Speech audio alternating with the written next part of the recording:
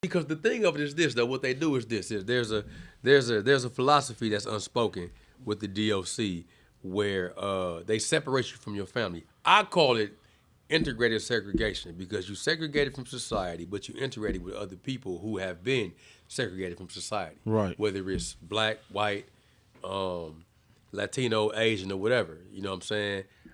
Even a lot of immigrants who come from other countries besides just Mexico.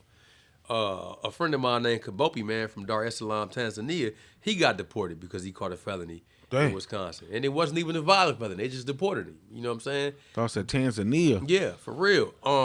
But they separate you from your family and then have your family make these long, outrageous commutes to come see you. And then when they get there, they put them through so much bullshit, going through metal detectors, underwire bras. You got to take your hey, like you can't wear spandex, you can't wear leggings, all of this unnecessary shit just to come see the person you love. So it's an attempt at discouraging the familial connection that you would typically have if it was just I'm going to see Heck or I'm going to see Brad or whatever. I can just pull up and go say, hey, how you doing? I love you. I wanna-" Right. So it's so much red tape that they have to go through to get to the person that they love in the visiting room for a couple of hours. And then while you in there, you can't do certain things. You can't hold hands. You can't put your arm around somebody while you want a picture. It's all designed to have to create a disconnect in people, which ultimately leads to recidivism in the big picture. Because if I can't be close to my people when they want to support me, when I come home, I don't know you no more. Yeah, You don't that's know it. me no more. So now I'm out here trying to fend for myself and figure out what I need to do. You literally damn near you was dead. While Man, you was 100%, gone, you was yeah, just not here. Yeah. So Dang. for anybody that's coming home, man, that listen, let me tell you something. I'm gonna tell you this. I am probably the most accessible person when it comes to motherfuckers in the joint because I know everybody needs somebody to believe in them. Yeah. You know what I'm saying? That's And facts. they didn't always believe in me because of my track record, what I used to do back in the day, the shit that I fucked up on, how I used to go through. They didn't believe in me, but I did though. So even when I knew it was okay and it was gonna be okay, people on the outside looking in didn't know. So I'm the one motherfucker that they can call and be like, man, Brad, listen, bro, I got this dream or I got this goal. Come home. Come home, we gonna work this motherfucker. Right. Let's go. Yeah, because your value is out here. It ain't in there. Never will be either. And it never will be. That's a your fucking value dream is killer. out here. It's a dream killer, man. Your value is out here, and when you are able to reach back to assist, to encourage, to uplift, and to bring to power the people that's in that motherfucker, that's where your value is, man. So I get calls and shit, phone calls, I get letters, I get all of this shit all the time. I done been to about 5, maybe 7 prisons since I've been home, man, visiting and speaking and stuff like that. Because I want motherfuckers to know, dog, like, my job is to make you remember the forgotten. And I mean, just you speaking about it now, it's like, man, it just makes you think because, like I said, I ain't do a lot of time, but it was traumatizing time. You know what I mean? So it's like, it's all traumatizing. and then I didn't have anybody here, should I say, any immediate family. Everybody was out of state. Yeah. So That's when I even did worse. it, that's what I'm saying. That's it sucks even worse. because, Yeah, that's even worse. like, shout out to my guy, Bad News Mom, bro. Like, that's my brother, bro. And Yeah.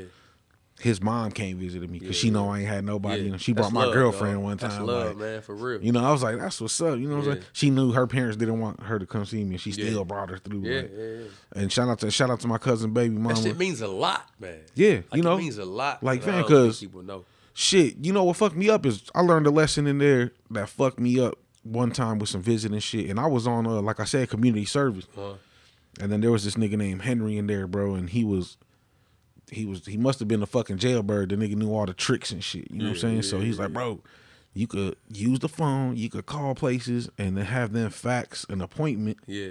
And you on community service, you basically on Huber. Yeah. So you can basically, if it's doctor related, Yeah. they gotta let you go do it. If it's You know what I'm medical, saying? they got to. You know what I mean? He was like, bro, check me out. He was like, Yeah. I found a cryo lab. Yeah. But their name is Really? just something clinic.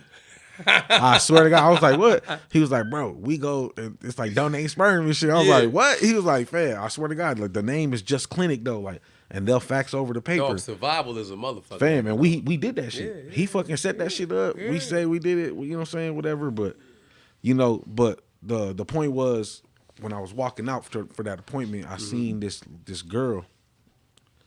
I'm gonna just say her name. If you ever see this, I got much love for you. But her name Taryn. Yeah. And I remember she had stayed at my house, like one of the only people ever growing up remembering that was one of our friends. She was way older than me, but she needed a place to stay, and we let her stay.